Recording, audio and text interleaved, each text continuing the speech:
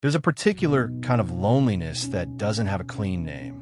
It's not the loneliness of being alone. Sarah was rarely alone. She had coworkers. She had family. She had people she texted every day. On weekends, she could usually find someone to have coffee with. Her phone buzzed often enough. Her calendar wasn't empty. From the outside, her life looked completely normal. But every now and then, she'd find herself sitting in a room full of laughter, feeling like she was watching it happen through glass. She could see the warmth on the other side. She could even feel traces of it. But somehow, she wasn't inside it. Have you ever felt that? Like everyone else received an invitation to something you somehow missed. Like conversations happen around you instead of with you. Like you're always included, but never quite connected. Nobody notices this kind of loneliness because it hides behind smiles. It hides in group photos. It hides in "I'm good." And perhaps that's what makes it so painful. It was Tuesday. Nothing special. One of those ordinary Tuesdays that disappear into every other week. The office was louder than usual. Someone had brought cake because it was David's birthday. People gathered around the break room. Someone connected a speaker. Another person started taking pictures. Sarah stood near the coffee machine, smiling whenever someone looked her way. She laughed when everyone else laughed. She clapped when they sang happy birthday. If someone had taken a picture in that moment, she would have looked happy. But inside, she felt like furniture. Present. Useful. Barely noticed. A few minutes later, everyone began talking about where to go after work. "We should try that new restaurant." "I'm in. Count me in too." The conversation bounced from one person to another. Sarah listened. She smiled. She even nodded. Then, almost without thinking, she quietly walked back to her desk. No one stopped her. No one called her name. Not because they didn't like her. The conversation simply continued without noticing she'd left. That evening she got home, dropped her keys on the kitchen counter, and did something she hated herself for doing. She replayed the entire afternoon. Maybe they didn't want me there. Maybe I talked too little. Maybe I'm just forgettable. She knew those thoughts weren't fair, but they arrived anyway. The strange thing about feeling like an outsider is that your brain becomes a detective. It starts searching for evidence. The unanswered text, the invitation that never came, the conversation that ended when you walked over. Every small moment becomes another piece of proof. Not because it's true, because your mind has already decided the conclusion. The next Sunday, Sarah experienced the exact same feeling in a completely different place. Church. The service ended. People hugged each other. Children ran through the hallway. Friends stood in little circles talking about lunch plans. Sarah lingered near the exit, pretending to check a message on her phone. Truthfully, she wasn't reading anything. She just didn't know where to stand. She watched people greeting each other so naturally. No cuernis. No josetaschen. It looked effortless. A woman she'd seen every week for months smiled as she walked by. "See you next Sunday." Sarah smiled back. "You too." And just like that, the woman disappeared into another conversation. Sarah walked to her car alone. Again, as she drove home, one thought refused to leave her mind. Why does this keep happening everywhere I go? Work, church, family gatherings, even among old friends. It couldn't possibly be everyone else. So why did she always feel like the outsider? She didn't know it yet, but the answer had very little to do with the people around her, and almost everything to do with a story she'd been quietly telling herself for years.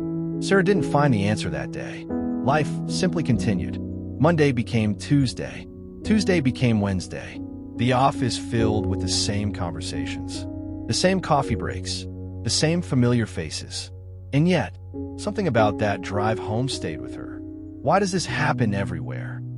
That question refused to leave, not because she expected an answer, but because for the first time, she wondered if she had been asking the wrong question. Maybe it wasn't, "Why don't I belong?" Maybe it was, "Why do I always assume I don't?" A few days later, she arrived early for work. The office was unusually quiet. Only one other person was there. Mike. He worked in accounting. They'd been co-workers for almost 2 years. They had exchanged hundreds of polite greetings. "Morning, morning." How was your weekend? Good. That was the extent of it. He looked up from his laptop. You're here early. Sarah smiled. So are you. He laughed. I come early because I hate walking into a room when everyone else is already talking. Sarah blinked. Really? Yeah. I always feel like I'm interrupting something.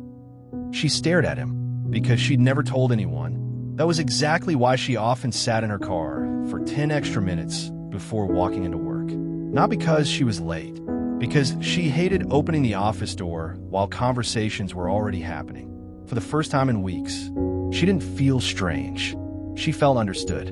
Over the next few mornings, they started talking. Not about anything life-changing. Traffic, coffee, movies. Why Mondays always felt longer than Fridays. Ordinary conversations. The kind most people forget. But Sarah noticed something. She never felt like she had to perform around Mike. There were comfortable silences. Neither of them rushed to fill every pause.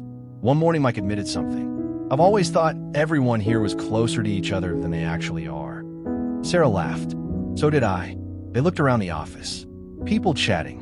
People laughing. People walking past each other. And suddenly something occurred to both of them. They had spent years assuming everyone else already belonged. When the truth was, most people were simply trying not to feel awkward. That realization followed Sarah everywhere.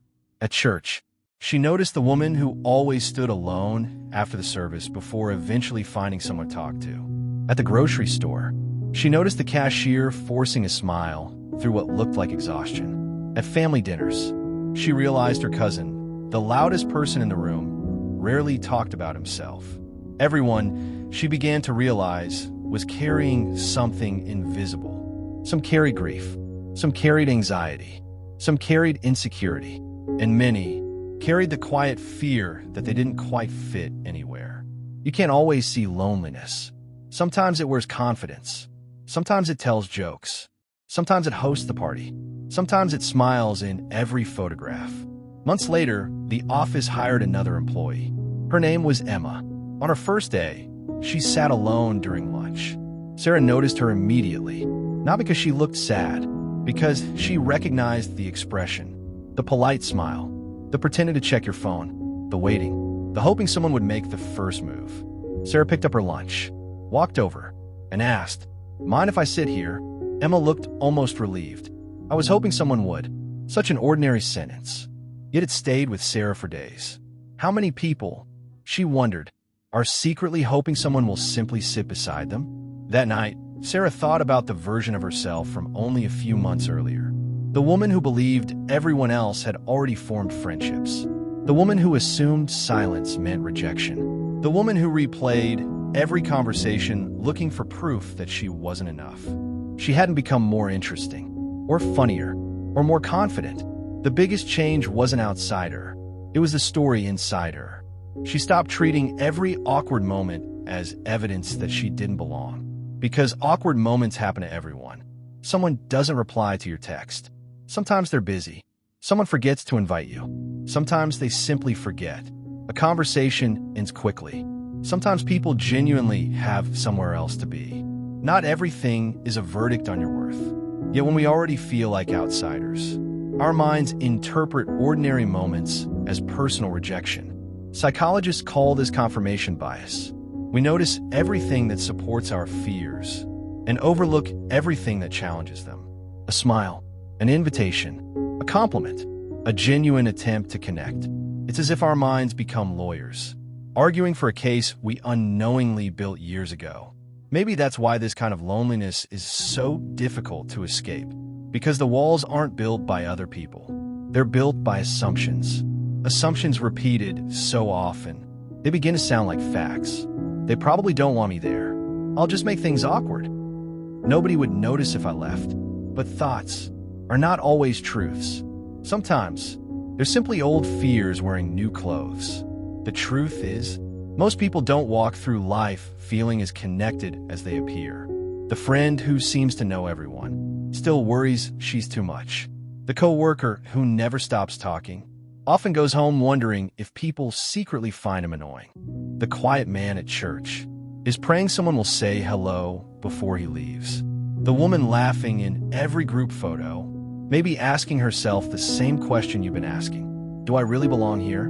The human experience is strangely shared. We just hide it well. So if you've ever felt like an outsider, this story isn't here to tell you that your feelings aren't real. They are. Loneliness hurts. Feeling unseen hurts.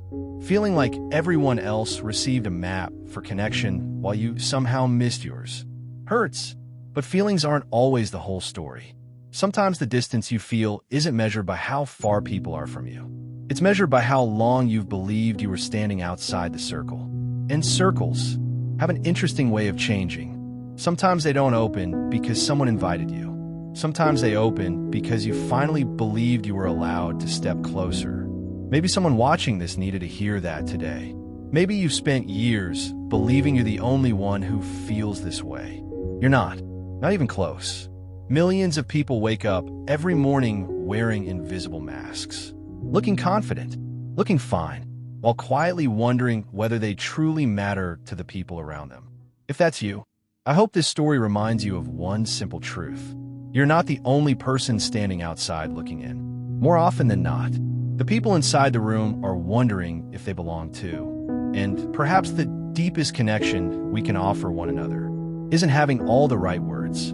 It's simply being the person who notices, the person who smiles first, the person who asks, "Mind if I sit here?" Because sometimes a single chair pulled a little closer can become a moment someone finally stops feeling like an outsider. If this story felt like it was describing your life, tell us in the comments.